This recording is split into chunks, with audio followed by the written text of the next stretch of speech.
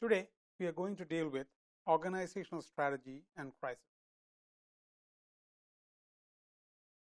Generally, there are two levels of strategy. One is corporate level strategy and another one is business level strategy. Corporate profiles, basically, three basic profiles are possible: operate within a single industry, operate in multiple related industries, or operate in multiple unrelated industries. Each profile has its own inherent advantages and disadvantages, and also brings with it the potential for different types of crisis. Single industry. An organization that operates in a single industry can benefit from the specialized knowledge that it develops by concentrating its effects on one business area. A drawback to the success of the organization in single industry is that they are easily targets for critiques and as a result can be subject to negative public opinion. Multiple related industries.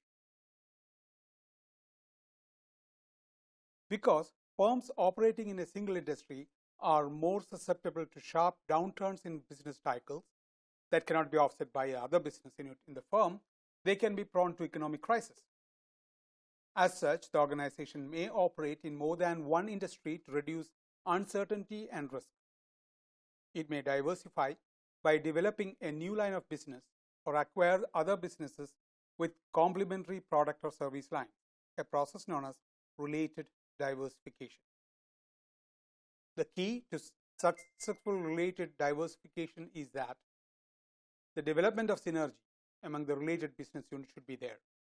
Synergy occurs when the two previously separate organizations join to generate higher effectiveness and efficiency than each would have generated separately. This is not always easy. However, particularly if one of them has experienced a major crisis. Multiple unrelated industries. A business may choose to operate in unrelated industries because its managers wishes to reduce company risk by spreading resources across several markets. These firms pursue an unrelated diversification strategy by acquiring businesses not related to the core domain. In terms of potential crisis, this strategy also has its challenges. By attempting to expand their core competencies, firms may find themselves in unfamiliar territory, thereby heightening crisis potential.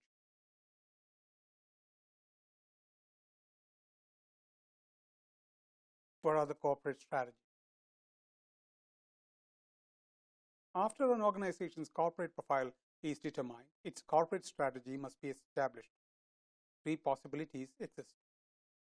An organization may attempt to increase its size significantly, which is called growth, remain about the same size, stability, or become smaller, retrenchment. Growth. Internal growth occurs when a firm increases revenue, production capacity, and its workforce. External growth is accomplished by when an organization merges with or acquires another firm. When a company increases in size, it becomes more noticeable to the public. A surge in popularity means the public generally likes the product or service being offered. However, it may also mean that company is more vulnerable. Growth strategies include the potential for becoming a target of social media or even extortion because the firm is larger and more visible. Another type of crisis can occur when a company enters into strategic alliance as a part of its growth. Strategic alliances, often called partnerships, occur when two or more firms agree to share the costs, risks, and the benefits associated with pursuing new business opportunities. Such arrangements include joint ventures, franchisee or license agreements, joint operations, joint long-term supplier agreements, marketing agreements, and consortium. Strategic alliances can be temporary, disbanding after the project is finished, or can involve multiple projects over an extended period of time. Many strategic alliances fall under the category of global outsourcing, thereby creating a unique set of crises or vulnerabilities. Strategic alliances enable a firm to expand its reach into new markets while utilizing the expertise of a partner firm and risk as well. Yet, strategic alliances can also be vulnerable to crisis, especially if the partner firms do not agree explicitly on the contribution each will make to the alliance, or if they do not have an agreed upon approach to identify vulnerabilities and action plan to address crisis management. Stability. There are times when a company may seek to retain its present size, at least on a temporary basis. A stability strategy may be pursued temporarily when there is significant political and or economic stability. Many firms in the United States adopt a wait-and-see approach in the early 2010s when the economy struggled to recover from the mortgage crisis and regulatory environment can become more cumbersome. Such a path may also take after a period of excessive growth. Retrenchment. Retrenchment strategies seeks to decrease the size of the organization and usually follow a downturn. Certainly, an economic crisis, a significant decline in sales represent one such scenario. However, a retrenchment strategy often follows an acute crisis.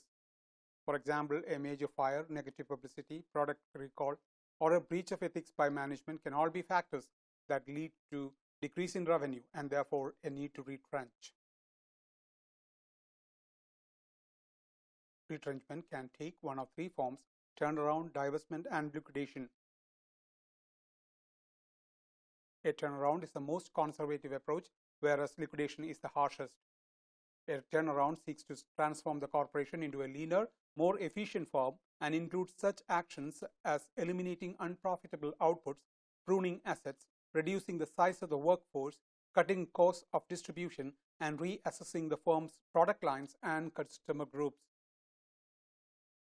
From a crisis management perspective, a turnaround strategy also includes any strategic initiative that management deems necessary to improve the company's performance in a specific area.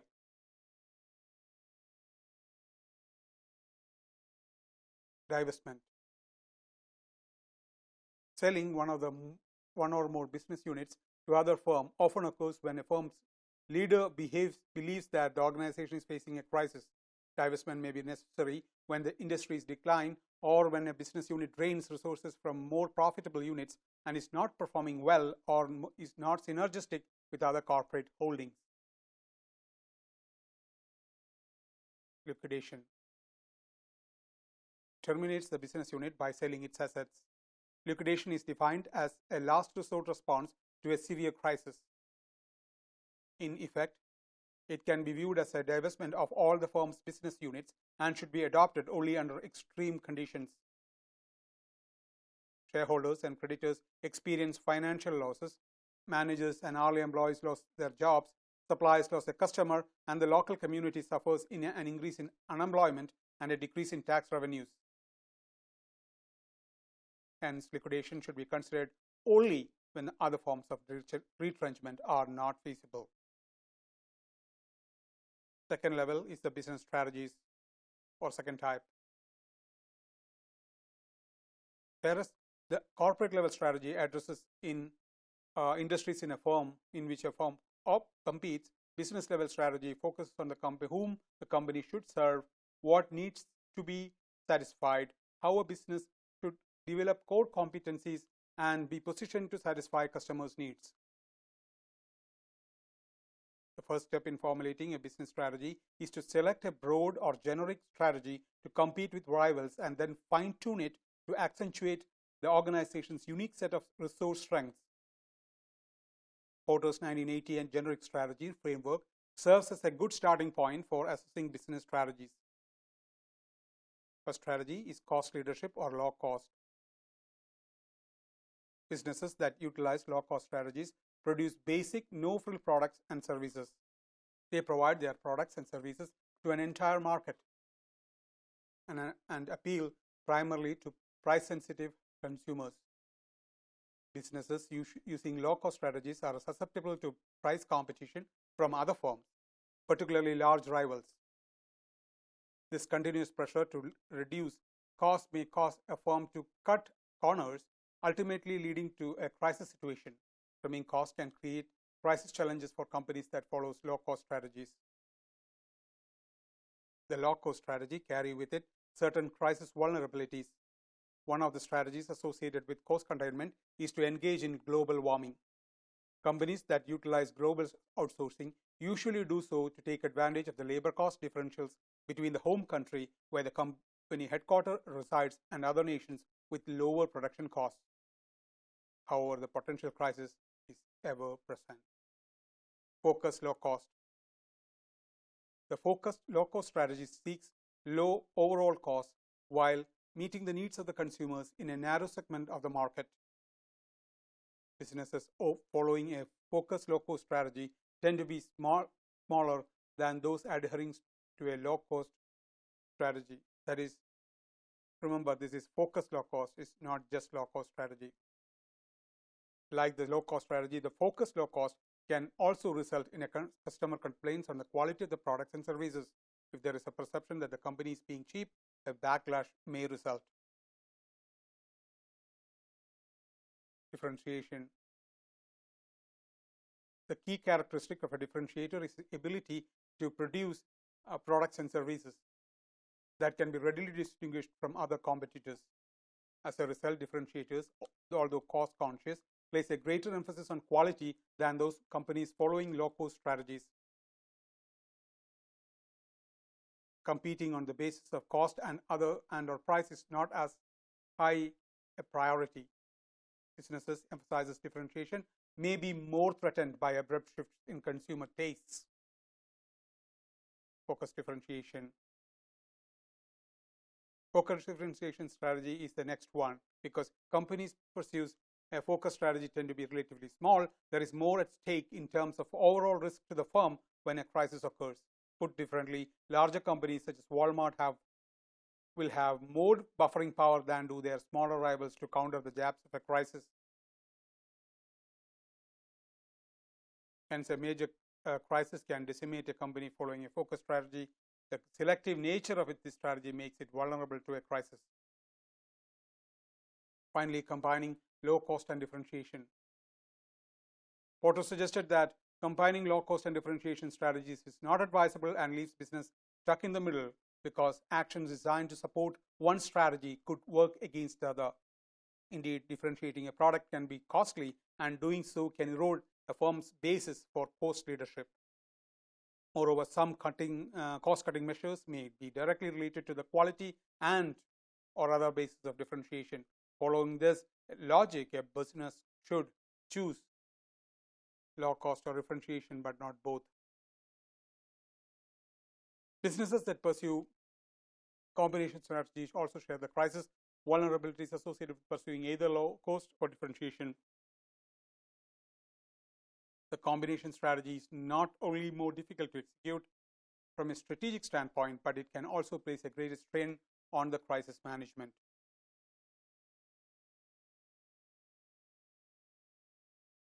Strategic control.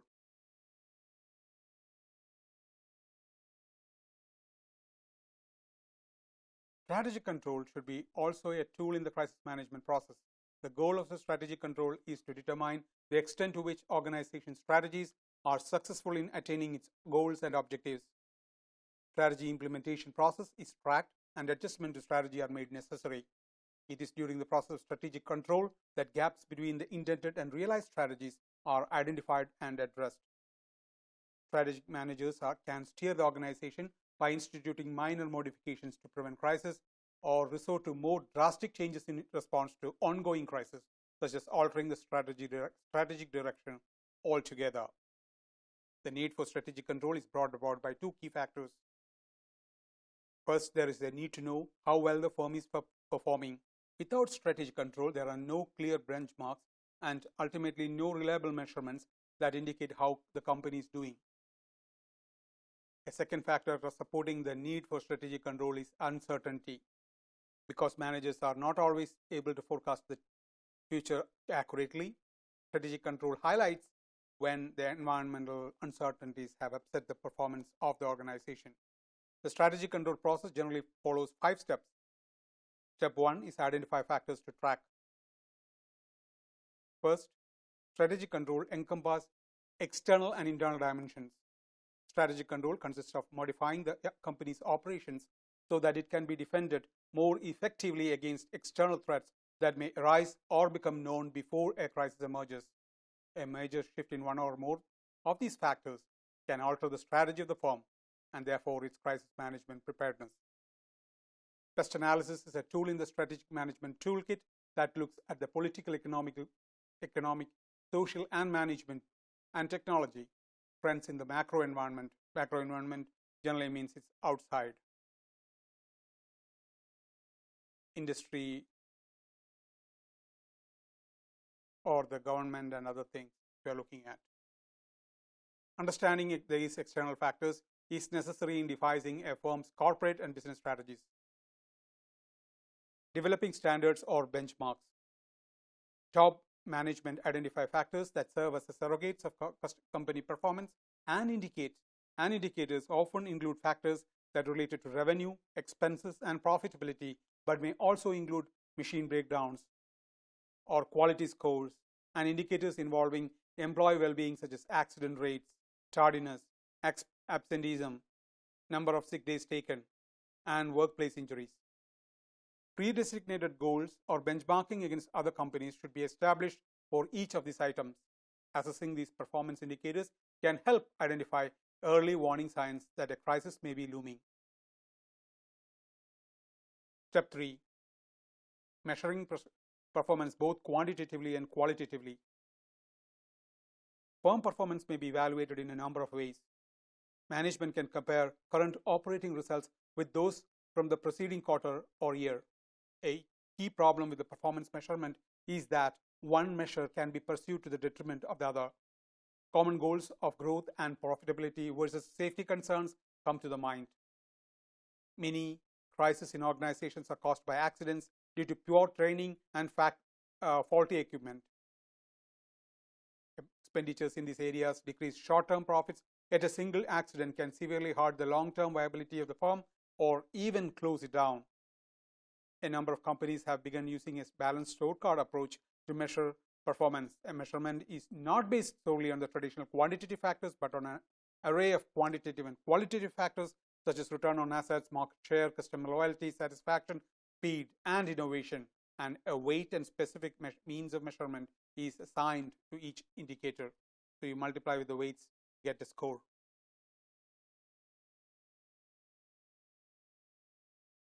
Last two steps in strategic control are compare measurements to goals and benchmarks and taking corrective action. Compare measurements to goals or benchmarks. The process of comparing results with pre-designated goals or benchmarks can help identify an impending crisis. While certain industrial measures must be made to help prevent accidents, it is important that financial controls can be measured and taken seriously so that managerial fraud can be prevented. It is not enough just to have controls. Controls must be taken seriously. Take corrective action. Strategic controls emphasizes continuous improvement, whereby managers seek to improve the long-term efficacy and effectiveness of the organization. In other words, control is not viewed as an action necessary only when a firm is in crisis.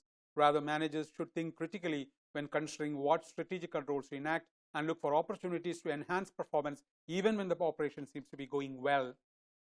In this regard, crisis management can be viewed as an outgrowth of a strategic control or what is referred to as organizational learning. The notion of strategic control highlights the link between firm strategy and subsequent crises that may even occur. When a crisis occurs, the top management team should not only address the situation but should consider strategic changes that may lessen the likelihood or severity of similar crises in future. Hence, public relations dimension is important when a crisis occurs, but a serious look at the appropriateness of the existing strategies are also in order. Identifying crisis events in early stages is not always easy. Acknowledging the sales declines brought about by a product boycott is not difficult to realize, but sensing the early warning signals so that action can be taken to mitigate their effects can be. Some warning signs are universal. such as product return rates. Others are more organization-specific, such as absenteeism levels and number of grievances. Exercising strategic control requires that performance be measured, compared with previously established standards, and followed by corrective action if necessary. Not meeting a performance indicator is often an early warning sign that a potential crisis may exist. Generally speaking, corrective action should be taken at all levels if performance is less than standard, unless extraordinary causes of the discrepancy can be identified, such as halt in production when a fire shuts down a critical supplier. Whenever possible, it's desirable for managers to anticipate possible corrective measures before a strategy is implemented. Doing so lowers the likelihood that threats and problems turn into crisis. So make sure that you go through the slides and notes and follow the video. Thank you very much. Have a great day.